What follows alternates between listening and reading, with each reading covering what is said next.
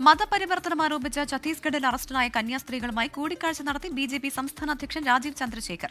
കുടുംബാംഗങ്ങളും ഡൽഹിയിലെ ചർച്ചയിൽ പങ്കെടുത്തു. കേസുമായി ബന്ധപ്പെട്ട ആശങ്ക അറിയിച്ചതായി കന്യാസ്ത്രീകളുടെ കുടുംബം പ്രതികരിച്ചു.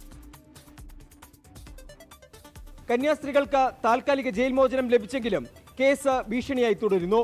ഇത് റദ്ദാക്കാൻ ആവശ്യമായ സഹായം തേടിയാണ് കന്യാസ്ത്രീകളും കുടുംബാംഗങ്ങളും ബിജെപി സംസ്ഥാന അധ്യക്ഷൻ രാജീവ് ചന്ദ്രശേഖറുമായി കൂടിക്കാഴ്ച നടത്തിയത്. ഞങ്ങളുടെ ആശങ്ക രാജീവ്ജിയായിട്ട് ഞങ്ങൾ പങ്കുവച്ചു. കാരണം ഇനിയുള്ള കേസിന്റെ കാര്യങ്ങളും ഞങ്ങളുടെ ടെൻഷനും എല്ലാം അദ്ദേഹമായിട്ടൊന്ന് പങ്കുവച്ചു. അദ്ദേഹത്തിനൊന്ന് കാണണം, ചെയ്ത കാര്യങ്ങൾക്കൊക്കെ അദ്ദേഹത്തിന് നന്ദി പറയണം.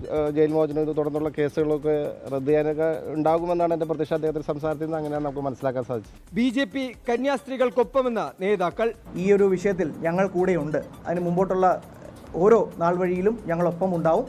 അതിനു വേണ്ടിയിട്ട് വേണ്ട എല്ലാ കാര്യങ്ങളും ചെയ്തു കൊടുക്കാൻ തന്നെയാണ് ഭാരതീയ ജനതാ പാർട്ടി ആദ്യമേ തന്നെ തീരുമാനിച്ചിട്ടുള്ളത്.